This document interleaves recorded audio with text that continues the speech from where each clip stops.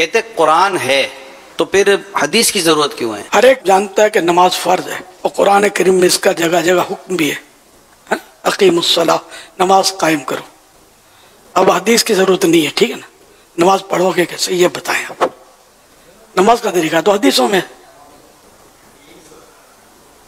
ظہر کی اتنی رکعتیں تو عشاء کی اتنی رکعتیں تو مغرب کی اتنی رکعتیں وغیرہ وغیرہ، سارا مطلب حدیثوں میں۔ کیا کرو گے؟ زکوٰۃ کس طرح دینی ہے، کس کو دینی ہے، روزے کے باریک باریک مسائل، اس سے ٹوٹے گا اس سے نہیں ٹوٹے گا، یہ سب باریکیاں سب حدیثوں سے ملیں گی۔ حدیث کے بغیر تو ہم قدم بھی نہیں اٹھا سکتے، اور ہم حدیث کو بھی نہیں سمجھ سکتے، یہ بھی بتا دوں۔ حدیث کو سمجھنے اپنے تو بس سمجھنے جائیں گے تو پھر چوٹ کھا جائیں گے۔ اس میں علماء کی محتاجی رہے گی، علماء کی تو جنت میں بھی محتاجی ہے، ہاں جنت میں بھی۔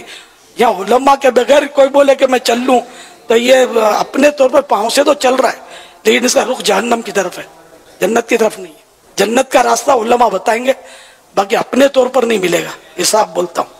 جنت میں بھی علماء کی ضرورت پڑے گی، انہیں اللہ پاک جب حدیثوں میں ہی ہے، اللہ پاک فرمائے گا کہ مانگو کیا مانگتے ہو، تو یہ علماء سے عرض کریں گے کہ آپ بتائیں ہم کیا مانگے، تو علماء ارشاد فرمائیں گے یہ مانگو وہ مانگو۔ آپ پڑھیں حدیث، حدیث کی بھی ضرورت ہے، فقہ کی بھی ضرورت ہے، تفاسیر کی بھی ضرورت ہے، شروحات حدیثوں کی ہے اس کی بھی ضرورت ہے، اور علماء کی بھی ضرورت ہے۔ علماء کے بغیر تو قدم اٹھا ہی نہیں سکتے ہم۔ جو لوگ بات میں علماء کو لتاڑتے رہتے ہیں اور برا بھلا بولتے رہتے ہیں نا، یہ واقعی یعنی کہ جہنم کی طرف جا رہے ہیں، جہنم کی طرف جا رہے ہیں، ان کو پلٹ کر آنا چاہیے۔ علماء کے قدموں میں پڑے رہو گے تو جنت ملے گی، اور وایا مدینہ انشاءاللہ باغ جنت میں محمد مسکراتے جائیں گے، پھول رحمت کے جڑیں گے، ہم اٹھاتے جائیں گے انشاءاللہ عز و جل۔ قرآن مجید فرقان حمید نے بیشتر مقامات پر نبی کریم صلی اللہ علیہ وسلم کی اطاعت کا حکم دیا، اور قرآن کو حضور اکرم صلی اللہ علیہ وسلم کی احادیث کے بغیر سمجھنا یہ انتہائی مشکل امر ہے، اور کئی مقام جو ہے وہ سمجھے ہی نہیں جا سکتے۔ قرآن پاک میں اللہ تبارک و تعالی نے ارشاد فرمایا وَأَنزَلْنَا إِلَيْكَ الذِّكْرَ لِتُبَيِّنَ لِلنَّاسِ، یعنی ہم نے آپ پر یہ قرآن اتارا ہے تاکہ آپ لوگوں کے سامنے اس کو واضح فرما دیں۔ تو نبی کریم صلی اللہ تعالیٰ علیہ وآلہ وسلم کا جہاں منصب یہ بیان کیا گیا کہ آپ پر قرآن نازل کیا گیا، تو قرآن کی وضاحت بھی نبی کریم صلی اللہ تعالیٰ علیہ وآلہ وسلم نے یہ ارشاد فرمائی ہے۔ قرآن پاک میں فرمایا وَمَا آتَاكُمُ الرَّسُولُ فَخُذُوهُ وَمَا نَهَاكُمْ عَنْهُ فَانْتَهُوا، جو تمہیں رسول اللہ دیں وہ لے لو، اور جس سے منع کریں اس سے رک جاؤ۔ ایک خاتون نے ایک مسئلہ دریافت کیا، تو حضرت عبداللہ بن مسعود رضی اللہ تعالیٰ عنہ نے اس کا جواب یہ دیا کہ قرآن میں اس سے منع کیا گیا، یعنی قرآن اس سے منع کرتا ہے۔ تو اس نے کہا کہ قرآن کیسے منع کرتا ہے؟ تو آپ نے ایک حدیث پڑھی، اور حدیث پڑھنے کے بعد فرمایا کہ قرآن یوں فرماتا ہے کہ وَمَا آتَاكُمُ الرَّسُولُ فَخُذُوهُ وَمَا نَهَاكُمْ عَنْهُ فَانْتَهُوا، یعنی جو تمہیں رسول اللہ دیں وہ لے لو، اور جس سے منع کریں اس سے رک جاؤ۔ تو حضور علیہ السلام نے اس سے منع فرمایا، تو خود قرآن سے یہ بات ثابت ہوتی ہے۔ تو اس پر بہت ساری احادیث طیبہ نبی کریم صلی اللہ علیہ وسلم کے اپنی موجود ہیں کہ ایسا نہ ہو کہ میں تم میں سے کسی ایسے شخص کو پاؤں کہ جو ٹیک لگا کر بیٹھا ہوا ہے تخت پر اور کہے کہ مجھے قرآن کافی ہے۔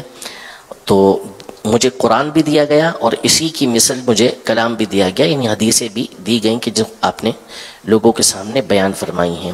تو قرآن کی کئی آیات ہیں کہ جن کو نبی کریم صلی اللہ تعالیٰ علیہ وآلہ وسلم کی حدیث کے بغیر خود صحابہ اکرام علیہ رضوان کو بعض اوقات اس میں اشتباہ ہوا، اور حضور علیہ السلام کی بارگاہ میں حاضر ہوئے تو آپ علیہ السلام نے اس کی وضاحت فرمائی۔ مثال کے طور پر قرآن پاک میں اللہ تبارک و تعالی نے ارشاد فرمایا الذین آمنوا ولم یلبسوا ایمانہم بظلم اولئک لہم الامن وہم مہتدون، کہ وہ لوگ کہ جو ایمان لائے اور اپنے ایمان کے ساتھ انہوں نے کوئی ظلم نہیں ملایا۔ تو ظلم کہتے ہیں گناہ کو، وَلَوْ أَنَّهُمْ إِذْ ظَلَمُوا أَنفُسَهُمْ، کہ جب لوگ اپنی جانوں پر ظلم کر بیٹھے ہیں، یعنی گناہ کر بیٹھے ہیں، یعنی ایمان لائے اور ایمان لانے کے بعد انہوں نے ایمان کے ساتھ کوئی ظلم نہیں ملایا، یعنی گناہ نہیں کیے، تو وہی امن والے ہیں اور وہی ہدایت یافتہ ہیں۔ تو اب یہ پریشانی کا سبب بنا کہ ایمان لانے کے بعد اگر تو اصلاً سرے سے کوئی گناہ نہیں کیا تو ہی امن اور ہدایت ہوگی، حالانکہ ایسا بہت مشکل ہے کہ غیر نبی کے علاوہ کسی سے کبھی کوئی خطا ہونا، تو صحابہ کرام علیہ رضوان نبی کریم صلی اللہ علیہ وسلم کی بارگاہ میں حاضر ہوئے. بخاری شریف کی حدیث مبارکہ ہے، عرض کی کہ ایونا لم یظلم، ہم میں سے کون ہے کہ جو ظلم نہیں کرتا، یعنی کس سے خطا نہیں ہوتی، کس سے گناہ نہیں ہوتے. تو حضور اکرم صلی اللہ تعالیٰ علیہ وآلہ وسلم نے یہاں پر جو ظلم ہے اس کی وضاحت فرمائی کہ اللہ تبارک و تعالیٰ نے ارشاد فرمایا ان الشرک لظلم عظیم، کہ بے شک شرک جو ہے یہ ظلم عظیم ہے.